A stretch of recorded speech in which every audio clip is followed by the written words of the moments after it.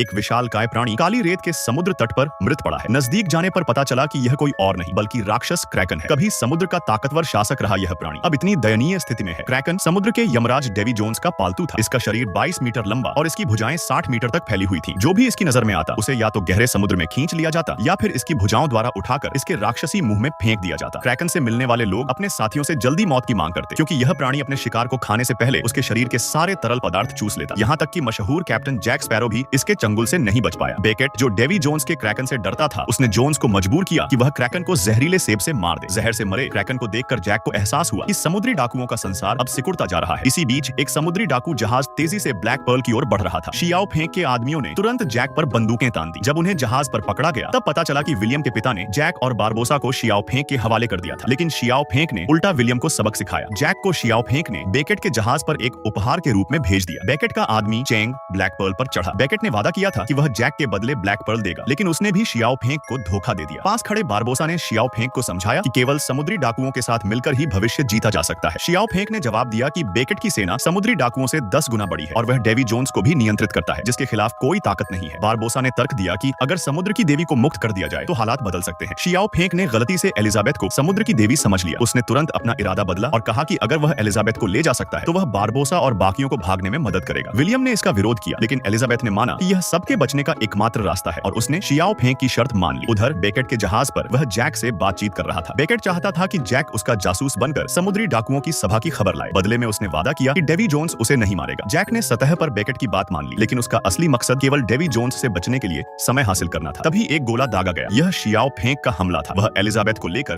अपने जहाज पर भाग गया। बारबोसा ने शियाओ फेंक की मदद से ब्लैक पर्ल को वापस ले लिया। जैक भी हंगामे का फायदा उठाकर जहाज की रस्सी पकड़कर ब्लैक पर्ल पर लौट आया। उन्होंने तुरंत शिपव्रेक कोव में समुद्री डाकुओं की सभा बुलाने का फैसला किया। बेकेट को शियाओ फेंक की इस चाल की उम्मीद नहीं थी। उसने तुरंत डेवी जोन्स को शियाओ फेंक का पीछा करने का आदेश दिया। इस बीच एलिजाबेथ को शियाओ फेंक ने अपने जहाज क्वीन एन पर बंदी बना लिया। शियाओ फेंक ने अपने नौकरों को हटने का इशारा किया और एक पत्ता चबाकर अपनी सांस ताजा की। उसकी महत्वाकांक्षा बहुत बड़ी थी। वह चाहता था कि समुद्र की देवी उसके लिए पोटा पैदा करे ताकि वह समुद्र पर राज कर सके। लेकिन जैसे ही उसने अनैतिक हरकत शुरू की, एलिजाबेथ ने उसे जोर से काट लिया। शियाओ फेंक गुस्से से भड़क उठा, लेकिन तभी डेवी जोन्स का पीछा करते हुए उसका दल क्वीन एन पर चढ़ आया। जोन्स के जल राक्षसों ने रस्सियों से जहाज पर चढ़कर नाविकों को मारना शुरू कर दिया। शियाओ फेंक को एक चुंबन की इतनी बड़ी कीमत चुकानी पड़ेगी यह उसने नहीं सोचा था। इस घटना ने उसे यकीन दिला दिया कि एलिजाबेथ ही समुद्र की देवी है। उसने अपनी गर्दन से समुद्री डाकू राजा का प्रतीक उतारा और एलिजाबेथ को सिंगापुर का समुद्री डाकू राजा बनने को कहा। फिर वह मर गया।